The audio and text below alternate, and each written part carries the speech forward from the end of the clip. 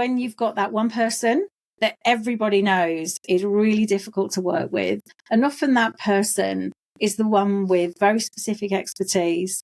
So it's your kind of rock star who's like a little bit awkward to work with, and everybody's got this workaround for stuff, and it creates so much more energy waste, so much more effort. And yet if people could just be open and honest about where they're at, what they need, what they're experiencing, and own their experience. So it's much easier for people to hear, you know, when you did X, I felt, because I'm owning what I'm feeling from it, than to say, you are awkward, you are difficult, you are doing it wrong. Yeah. So it's really about, I think, gifting people with phrases and ways of communicating that helps. Welcome to the Product Agility Podcast, the missing link between agile and product. The purpose of this podcast is to share practical tips, strategies, and stories from world-class thought leaders and practitioners. Why, I hear you ask? Well, I want to increase your knowledge and your motivation to experiment so that together we can create ever more successful products.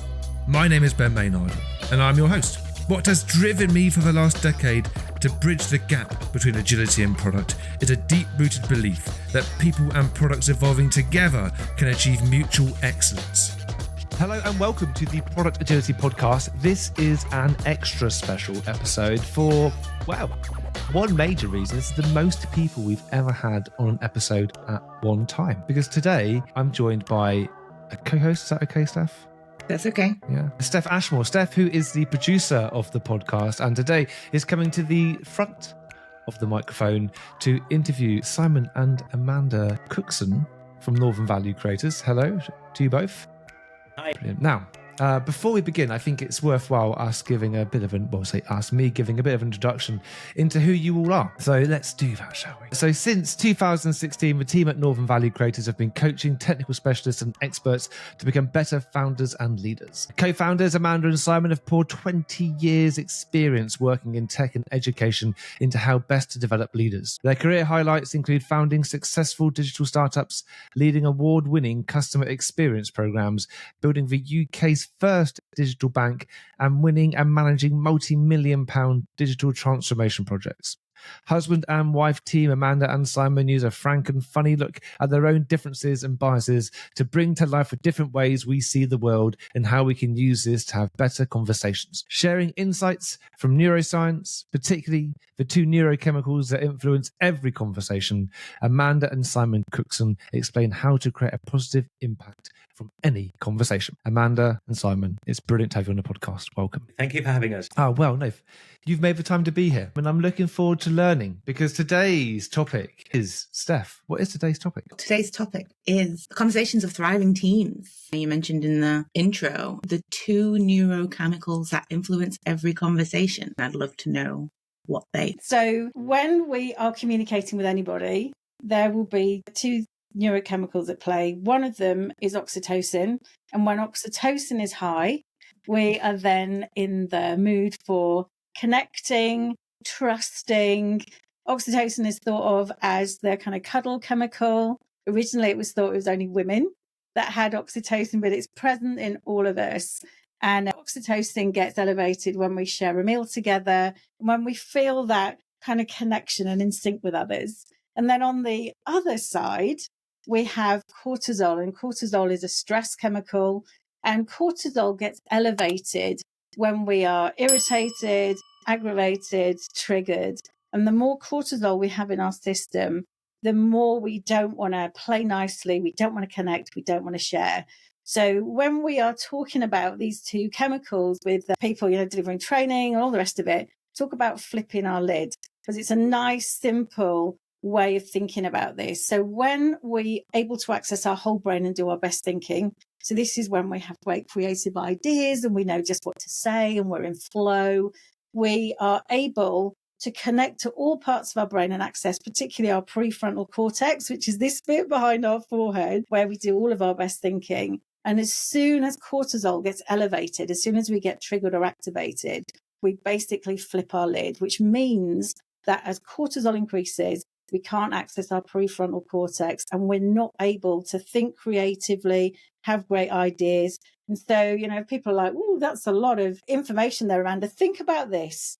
have you ever been in an argument or conversation with somebody, and after you leave and you're thinking about it, your brain goes, should have said this, should have said that. Yeah, the reason why you don't think about them at the time is because of cortisol, because we cannot do that best thinking. It literally, the neurochemical cortisol literally cuts off access to the parts of your brain that allow you to do that more kind of sophisticated creative thinking. So it's nothing that you're doing that's wrong. It's not that you're not very good in high pressure or high stress situations. It is quite literally how our brains are constructed that cuts off access to this small part of our brain. And I think that is really liberating to people, isn't it, when we talk to them? Because, oh God, I thought it was just me. I thought I was really awful in these situations. I thought it was my fault. You know, we have a tendency to kind of blame ourselves. I thought it was my fault. It was just me.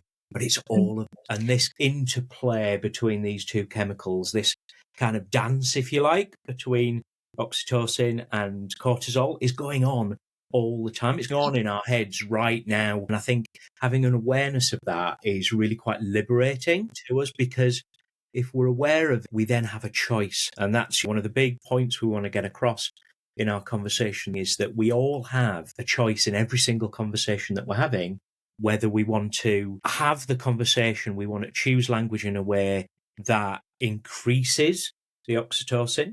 So we have access to that creative, innovative, collaborative thinking and working, or we want to increase that cortisol, which puts us in that fear and protection mode. So we do all have this choice. We're talking about these indicators within teams. So how could you identify it? And is there anything you could do as part of that team to try and turn the lid over, like flip it back? I like that. To answer the first bit, what would you say in people when they're flipped? So if you think about stress responses, you've got flight, fight, fawn, which is that kind of connecting, and people pleasing, and freeze. So when people are stressed, they may not do the same thing. So for some people, it's that kind of like checking out, glazed, not listening. What did you say? For some of them in that kind of free state, it might be typing away on their keyboards when they should be listening, looking at their phone, looking out the window, anything that kind of gives that sense of distraction away from this space. It can be when people are stressed, just racing off to go and do a whole bunch of other stuff. Let's just crack on with it. Do the work. So all of that energy. Yeah, it's often things that you don't, because you kind of think stress responses, don't you? It's like shouting, angry, yeah. or being very emotional, crying, being upset. We're actually in teams and in the workplace, there's often a lot more subtle things like constantly or regularly not turning up to meetings. Or being a bit late. Or being late to meetings is a great one, isn't it? Saying, I'm too busy to attend is a classic stress response that we may not think about. Also, changing the subject a lot is a good one. It's a good distraction. So changing the topic. I want to bring, crashing the agenda. Bringing something else to the table. And that's a distraction technique. So you don't talk about the topic that is triggering your stress response. And you've also got things like when people respond and you get 1,000 words in about 2 seconds. So that is a stress response. So it really depends on the individual and what's going on for them. And I would say that the most powerful thing that you can do is focus on you. So when I work with leaders and we talk about how to communicate more effectively, how to get teams to be more connected, people naturally want to go into the space of them. What do they need to do? What must I make them do? And actually, if it starts with your behavior, the way you communicate, the way that you present activity will then trigger the response in others, because we have this kind of mood contagion. So if you go in feeling nervous or anxious and you're a little bit more boisterous and judgy and limiting in terms of what other people can do, you're instantly going to flip the lids of the rest of your team and start to create these moods. So it's all about starting with yourself and starting to communicate from that space of, what can I say that will help people stay in that whole brain state and will keep people with elevated oxytocin rather than in that sort of cortisol stress response? Yeah.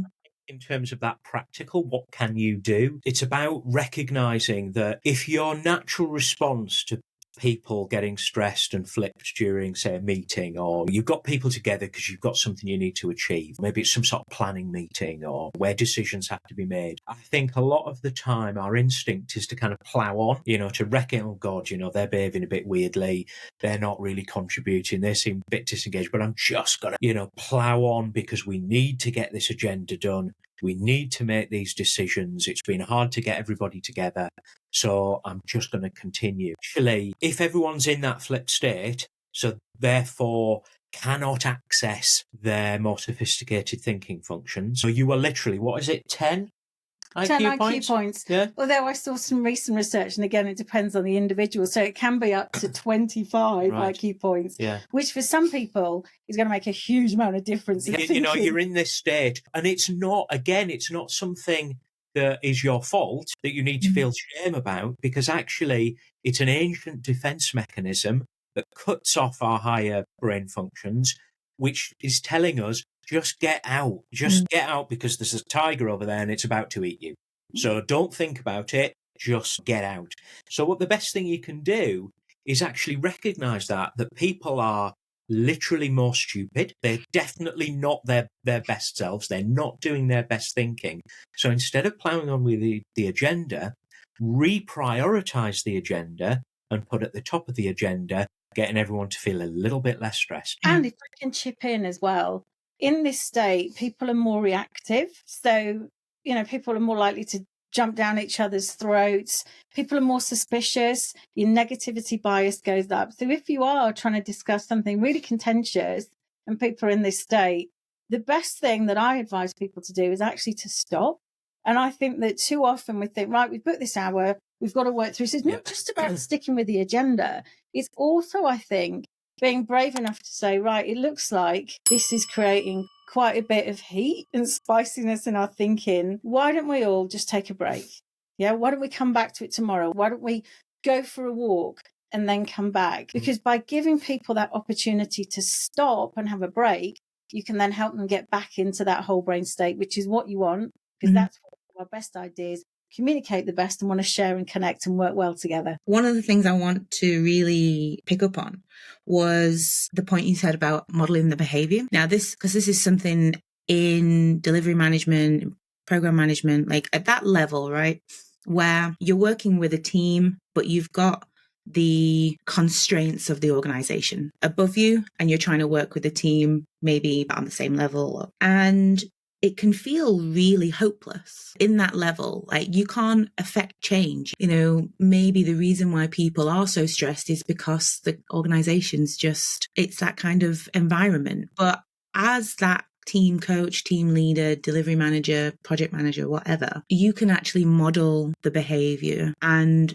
that then has an impact on the people around you that you see every day. So if you're going into conversations with curiosity and openness and a calm and high oxytocin whole brain, can you then have that? Will that then be reflected back to you? I'm assuming yes is the answer. Yeah, 100%. I'm nodding, which isn't very helpful in a podcast, is it? Yes, 100%. So the results that you get, the reaction that you get all starts with you. So can I use fruity language on this? Absolutely. Let me give you an example then of a senior leader that I worked with that was not getting the traction that he wanted from his team. His team were not thriving. They were under a lot of pressure. And when you were talking about, well, what do you do when the organization is in a mess and there's so many things you can't influence? So this was exactly where this leader was. And I started working with him on his behaviors and what he wanted and all the rest of it. And he actually boiled down his key change that he wanted to asking himself a question. And this is where the spicy bit is. What have I done this week where I was a dick? Okay. And a dick for him was where he was talking over people, not listening, being aggressive, forcing an agenda, all those things that we've just been talking about. And he would then reflect and think about, oh gosh, I did it here, I did it there. What could I have done instead? And then once he got that bit, so that was working really well, he would then look at his diary for the week coming up and he would ask himself, when am I likely to be a dick? And what could I do instead? So he was pre-planning the behavior and the way he wanted to be, as well as doing that retrospective on, okay, so when did I have those misses? And the more he did, the more he was able to think about how he wanted to behave, and the less things he was kind of retrospectively thinking, gosh, I wish I hadn't done that. So there is a way, regardless of, if you're listening and you're thinking, God, my situation is really tricky, this won't work for me. It will, because everything starts from your behavior. Just a simple question like that, when was I a dick? Well, or when was everyone else a dick? What was going on and what can I do differently? It will make a massive transformational difference, because it does all start from you and the behaviors that you trigger and activate in others. I think there's a really interesting additional point in that scenario where you're in an environment, you're trying to create a great team environment and a great team culture, which is absolutely the right thing to do. But you're operating within that complex, suboptimal organization, shall we put it kindly. We've all been there. We all know what that feels like. And yes, it is about all of the good stuff that you mentioned there, Steph, and Amanda added to. I think there is a little bit of a kind of trap that you can fall into there, and what is often called that toxic positivity, where you feel that you've got to take on that position as that senior person, where you've got to say everything will be all right. It's not that bad, or you've got to put on that positive shine onto everything. And what that does is that if that is overplayed and it becomes something that is overused, it can make people feel unheard and ignored, and their opinions unvalued, which is a massive turn-off for teams. So often in the work that we do, one of the root causes of a team that's not thriving there are people that feel that they're not being heard, and to kind of just always paint the positive side makes people feel that they've been ignored. So this kind of leads to this idea that we really like, which is that emotion is data. Okay, so in businesses, we're looking for data points all the time. We're looking for insights. We're gathering data from systems, from clients, from customers, and we're using that data to get better. Think of this concept of using emotion as a data to do the same thing. So if people are complaining, people are pointing out negative things, people are feeling frustrated, people are feeling upset, people are feeling powerless. It's about not feeling afraid of those kind of emotions and therefore trying to squash them or ignore them or put them to the side. It's actually, how can we use that as data? What's that telling me about how the team's feeling, levels of trust, levels of engagement and motivation in the team, and what could I do about it? What could we do about it, given the context of how people are feeling? Yeah, I'd add into that as well that, so when I think about teams that are not successful or are not thriving and are not communicating well, there's often this reluctance to include the difficult messages and the difficult. So the very worst thing you can do if you're in this kind of really hard place is to pretend that's not true. And it's to take your reality as data, take frustration as data, and think about, okay, so if that's where we are, if that's how we're feeling, what can we do? What is possible? So if we're not recognizing the things that we're not doing well, and we're not comfortable emotionally to be able to say, I don't know how to do this, or this isn't something I do well, you're not allowing yourself to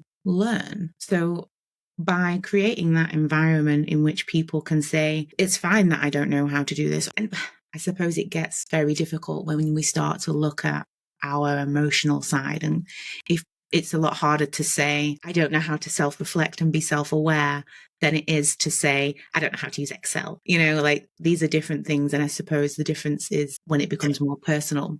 But it makes me think of some of the work me and Ben do around training and how to get people to open up to training and being comfortable with that. I suppose in a team environment, if someone goes on a training course, it's very different. But in a team environment, people can be quite reluctant to recognize that they need to learn. Absolutely.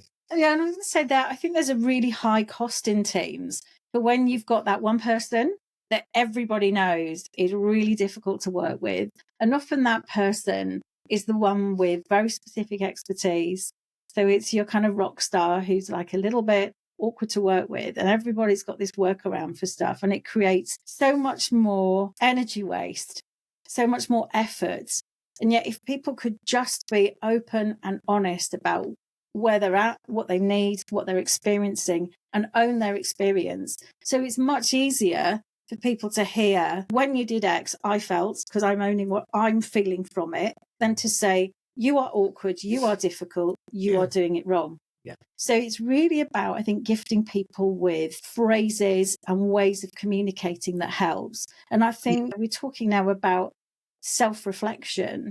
And I have a bit of a mantra in my coaching, and that's that nothing changes without awareness. So a key trigger point for you going from where you are, which is not achieving everything you want, things not being as you wish they would be, to having the team that you want, the conversations that you want, the success you want, is in awareness. And I would say all of that is down to you. And what are you doing that is creating that impact, that is creating that disconnect? And for the leader of the team, they need to model that. And they need to be having conversations like, I would like to be the best leader you've ever had. What am I doing that works? What am I doing that doesn't work? What can I do that would be even better if? And once the leader starts having conversations where people can chip in and say, well, actually, you never give us time on agendas to reflect and bring stuff in. So it's all you talking. What's the point of us being here?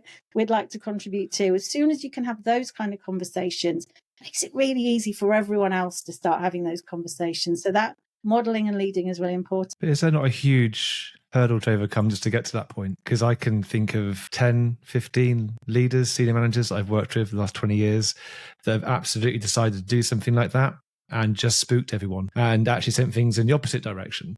So I take what you're saying, but is there some kind of groundwork that needs to be done rather than just turning up one day and saying, I'm behaving now totally differently? Surely there's something then that comes before that. For our listeners to take away something like practical, if they're thinking, well, I am that leader, or I'm that team member, or I'm that coach who has to go and support. What is that groundwork that needs to be done to enable those conversations? I think that term groundwork is a really good one, and it's really absolutely important. You can't just turn up, you can't just read a leadership book over the weekend, turn up on Monday morning and completely alter your behaviour in an utterly different way than you did on Friday afternoon. Because what's that going to do in everyone's head? Thinking back to that cortisol or oxytocin conversation, we often use the term red and green conversations because it's really easy. So a oxytocin conversation, so that's that kind of connection, creativity, collaboration, is a green conversation. The cortisol, the opposite, is a red. That's a really simple kind of traffic lighty way of seeing it. If that leader rocks up on Monday morning and appears to be a completely different person, is that a red or green? It's a red, because it's like, whoa, what's happening here? So that groundwork's really important. And that's a really nice segue, Ben, into another one of the things that we think is really important. And this is that kind of setting those expectations and working on definitions of good. So a big part of that groundwork is to work as a team, not just as a leader coming in, dropping something random on a team, is as a team working together to define how we want to work together. And if I can chip in, if you think about this from the space of co-creation, so if the leader goes in and says, I want to work differently, I want to work in a more brain-friendly way, or however they want to frame it, this is what I'd like to be doing. What are your ideas? How can we do it together? Then what you're doing as a team is being shifted collectively, and you start with where people are at and move from there in increments. So think about retrospectives.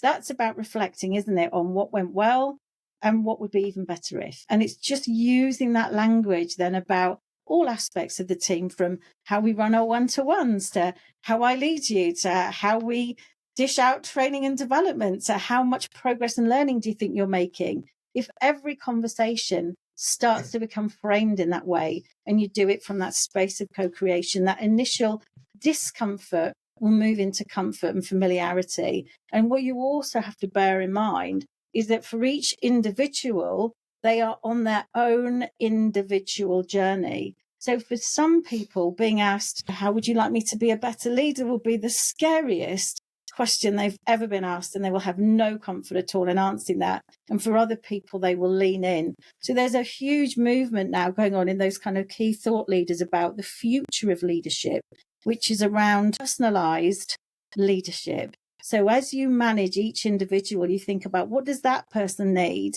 to help them be the best they can be and move into high performance. And so that sense of equality, I'm going to be consistent and the same with everybody, isn't helpful because we're all different thinkers and we respond differently. And so that shift becomes, well, what do I need to do for Ben? What do I need to do for Steph? Look more about equity than equality. 100%, yeah. Yeah. Thanks, Ben. Yes. That's all right. No, we've been having lots of conversations about this. We had Lady Magali on the podcast back in Jan. Actually, it was interesting because it was one of the, and Steph, I don't know if you saw this, but the stink it kicked up on TikTok was interesting for us. It was the first time we'd had about 6 or 7 comments of people really disagreeing. I didn't see it. Yeah. So it's worth checking out the Productivity podcast on TikTok. Find a video from Magali and in January, because there was lots of people kicking off about just kind of things which I don't think a lot of us perhaps would agree with, if I'm honest with you. But it was interesting to see actually people don't understand the difference between equity and equality. And I think maybe what's missing link for me at the moment is I'm thinking of people listening, and all of this is great and works if there's a motivation for change. But how would you do in situations where there is a perception from one person that the team is thriving, whatever thriving means in that context, but then for others, there is a perception that the team isn't thriving. And so because of that, one set of people has a motivation for wanting to do something differently, and then the other set of people don't. How do you deal then with that mismatch in motivation for the behavior change that's necessary? I love that question. And I recently did some studies on the neuroscience of motivation and change. And what I hadn't realised, and it's right, guilty confession, when I led teams, I would have the people that I loved were the people who were like so open to change, so enthusiastic. And then there'd always be the grumpy git who, whatever it was, the answer was no. And what I learned in this neuroscience of change is that as individuals, the way our brains are wired, I just think is really fascinating, will mean that you will either lean into this change is positive. So they gave the example, which is about if you brush your teeth, you're going to have fresh breath and they're going to be white and sparkly and you're going to have this diamond smile. And then you also then have people who, if you don't brush your teeth, you're going to have bad breath and no one's going to want to speak to you. So depending on the way your brain is wired, you'll either be motivated by the positive promised land of these sparkly teeth, or you will be motivated by not wanting to have bad breath. And quite often as leaders, when we're trying to motivate the team, we will motivate them in the modality that we are enthused by. So hands up, confession, Amanda Cookson is motivated by the promised land. And whenever somebody gives me if you don't do this, this will happen, my brain says, yeah, but that will never happen to me.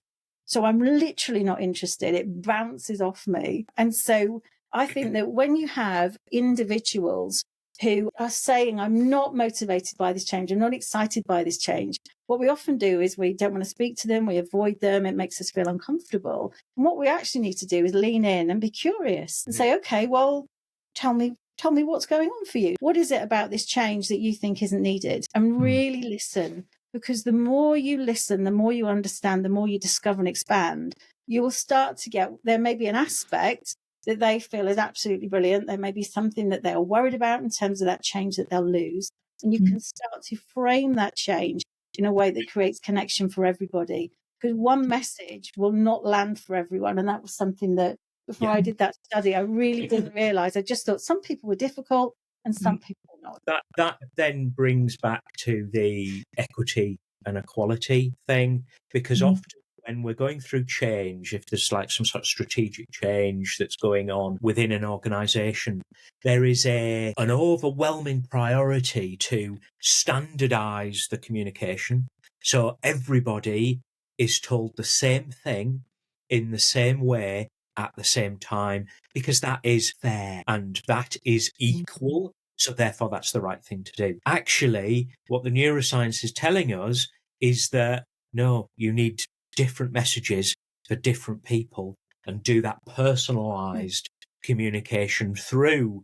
You know, what excites me about all of this is that it gives us the opportunity to reevaluate and reframe our view of management. Because, you know, management in the last kind of 10, 15, 20 years maybe gets a bad rap, doesn't it? It's bureaucratic, it's a bottleneck, you know, the self-organising team as the gold standard. I think we've got an opportunity to reframe management because of this personalisation point, and who is best placed to thinking about this personalisation from a motivation, engagement and learning and performance perspective, but it's the manager. Yeah, and I was saying is that if you were issuing some change, that you'd write 18 different messages and give one to each person. This is more about having messages available that have been designed to appeal to different types of thinkers and different types of people. So some people need the detail, some people do not.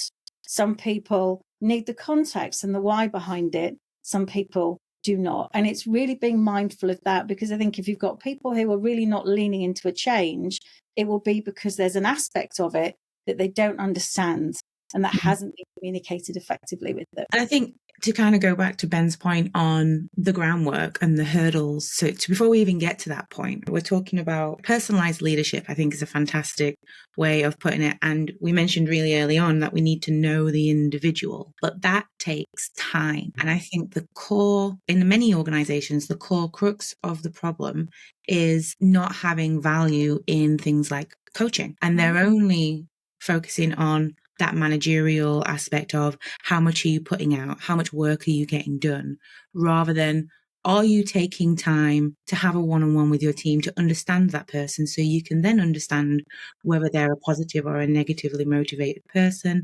And then when you understand each person in the team, have a better impact going forward, which eventually leads to more output because everyone is happier. I think if we're talking about what needs to be overcome in the first place, it's organizations and leaders who value and working with the individual rather than just keep cracking the whip and trying to force people into doing the work. I was just going to chip in, because I think if someone's listening, they might be thinking, oh my gosh, that sounds like so much work. I've got like the projects I need to deliver. I've got all this pressure, stuff I need to do. I've got so many people in my team, and now I need to know them all intimately. How on earth am I going to do that? And so what I encourage people to do in terms of that coaching aspect is be lazy. Yeah, you don't need to be psychic. I don't need to study Ben in depth and know everything about him.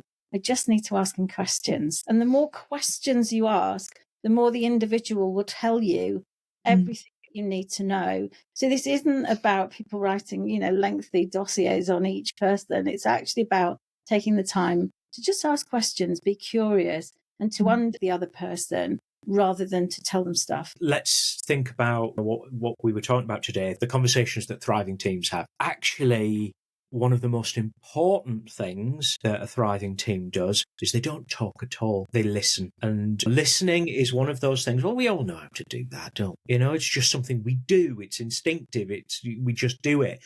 But actually developing those listening skills, particularly for understanding, for empathy, and for making sure that the person that you're listening to feels heard. So things like repeating back, a little phrase which is, I've heard you say, and then repeat back what they've said. That is sounds so simple, doesn't it? But remembering to do that, particularly in those more difficult, more emotional conversations, is so powerful, because it makes the other person think, oh, they've heard what I've said. And that goes, an awfully long way to giving that person what they needed from the conversation and making them feel valued, making them feel included, making them feel that they belong. And therefore, if you've got those things, you've got engagement, you've got motivation. It sounds like what we're alluding to here, which is, I'm going to express my opinion on this a little bit here, is that what the conversations that thriving teams need to have are often coaching conversations. Yes. And the help those conversations happen, the types of behaviors you want to see in a thriving team are facilitation behaviors. But then I suppose within that, there's also a situation where you have to appreciate that not everybody has an understanding of what kind of system they're operating in. At the moment, I feel like I should be the leader. And when everyone else thinks, actually, this is just an opportunity to be creative and innovative and just come up with lots of different ideas. Or this is a situation where I feel it's really well understood and we need to come up with some tasks and go ahead and work together and do those. But someone else feels, actually, no, this is, again, the time to be creative and to explore things. That's just going to annoy me. So it's those group dynamics an appreciation of those. I think if we got the conversations that thriving teams have, perhaps it is around the dynamics within the team, and they are sounding more like coaching conversations than they are what we would expect to be, which is maybe more task focused. Well, yeah, and I think if you're stuck too much in the space of task, you're not thinking about the people that need to perform the task. And so in that space of helping teams thrive more, I think doing some work around thinking preferences and those differences. So knowing who are the kind of verbal immediate thinkers, helping people understand whether they are more focused on subjects or need the context, all of those things, people's evidence filter, how people see difference, all of these things influence whether somebody wants to expand the conversation or bring it down, whether they are getting fixated on a tiny little aspect that no one else is particularly bothered about. And so once you can start to have that understanding of how we are and what our individual strengths are, you can bring that into the conversation and you can start to share and say things like, Amanda, I know that you love to expand and expand and expand, but I think we've got everything and it's time to start moving into, well, what are we going to do, and to deciding. And so it's that ability to really work with each other so that you haven't got some, because the issue is, Ben, that you've just described there, is if somebody's no, there's more, I want to keep expanding, I'm not ready. And they're holding on to that. And instead of expressing it, they're doing these kind of passive aggressive behaviours that aren't moving the team forwards, and instead of making that conversation really unproductive. There's always a danger when a task conflict is being masqueraded as actual relationship conflict. So it isn't that not agreeing on the task, it's just actually because I'm pissed off with you today or this week or this month. Yeah. I think, there's a time and a place, isn't there? And it's about dialing up and dialing down, having your people focused in some settings, dialed up, and then in other settings having your task. And it all goes down to just good team practices, having well set out meetings. What is the purpose of the meeting? When will we know when that purpose has been achieved? And if we can achieve that in the first 4 minutes, awesome. Let's call the meeting to a close. It's those sorts of things and that expectation setting, isn't it? So people understand. But I think as well that there's also recognizing that for some people in your team, they need time to have a purpose meeting. Yeah.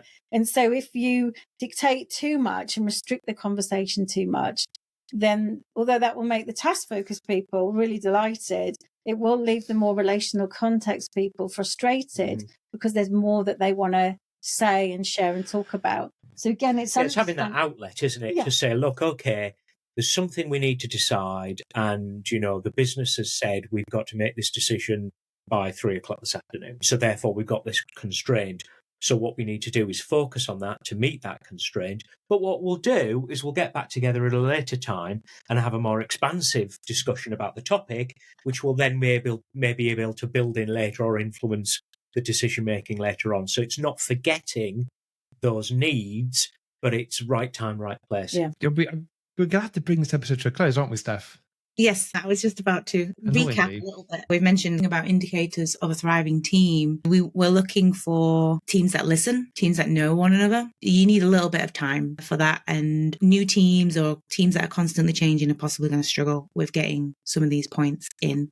There's one big thing that I want to take away. So, Simon, I think it's something that you said, because it's a common thread that's kind of gone through a number of episodes now, which is, if something isn't working, then you need to look at you first, because what you are doing is kind of the way you're communicating, the way you're presenting yourself is then affecting another person and causing them to behave in a way which is either conscious or not conscious. But either way, you're the thing that has kind of invoked that reaction. So actually, as always, the work kind of starts with us.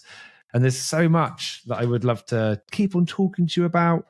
I want to talk to you about elephants and riders. You're familiar with elephants and riders from a book called The Happiness Hypothesis. We had a lady called Julie Dirksen on the podcast, and she's just written a new book called Talk to the Elephant, which is about designing learning for behavior change.